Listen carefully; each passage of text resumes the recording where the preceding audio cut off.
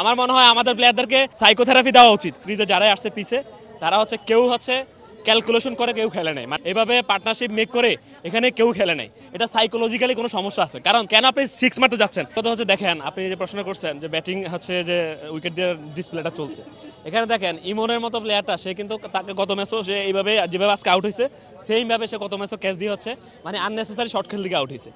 এখন আপনি এরপরে পরবর্তীতে যারাই মাঠে ক্রিজে যারাই আসছে পিছে তারা কেউ ক্যালকুলেশন করে, কেউ খেলে নাই, মানে একটা পার্টনারশিপ মেক করার জন্য যেটা দরকার যে আপনি ক্যালকুলেশন করে খেলবেন। আপনি একটা ওভারে আপনি 3টা সিঙ্গেল নেন, একটা ডাবল নেন, হ্যাঁ একটা শর্ট খেলেন, 4 খেলেন, তাহলে তো আপনার রানটা চলে আসতেছে। কিন্তু এভাবে পার্টনারশিপ মেক করে এখানে কেউ খেলে নাই, যার জন্য সবাই শুধু কেবলমাত্র উইকেট বিলে দিয়ে আসছে। এখানে আমার মনে হচ্ছে যে এই যে প্লেয়াররা যে ক্যালকুলেশন করে খেলতে পারে না, এটা সাইকোলজিক্যালি কোনো সমস্যা আছে। কারণ আপনি যখন সিঙ্গেল নিয়ে খেললে, আপনার ডাবল নিয়ে খেললে, একটা শর্ট 4 খেললে, আপনি যখন আপনি ম্যাচটা জিততে পারতেছেন, আপনি কেন ঘুরাইয়া কেন আপনি ক্যাচটা দিচ্ছেন? কেন আপনি 6 মারতে যাচ্ছেন? কেবলমাত্র 6 কি আপনাকে মারতে হবে?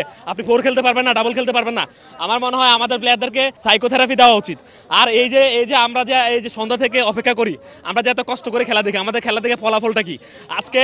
এই যে আমার মনে হয় এখন প্রত্যেকটা এখানে যদি আজকে কেউ বাংসুর করতে পারতো, তাহলে মানুষের মনে যে ক্ষোভগুলো যাইতে পারতো। ঠিক আছে, তো আমরা এই ধরনের খেলা বাংলাদেশ দল থেকে প্রত্যাশা করি না। আর এরা মনে হয় এদের শিক্ষার কখনো শেষ হবে না, কারণ এরা আর কত বছর ক্রিকেট খেলে এরা শিখতে পারবে? এদের যে শিক্ষা সফর, এই সফরের কোনো শেষ নাই। আর আমরা দর্শকরা কিছু পাচ্ছি না, আমাদের কিছু দিতে পারতেছে না, কেবলমাত্র স্বপ্ন ভঙ্গ ছাড়া কিছুই না।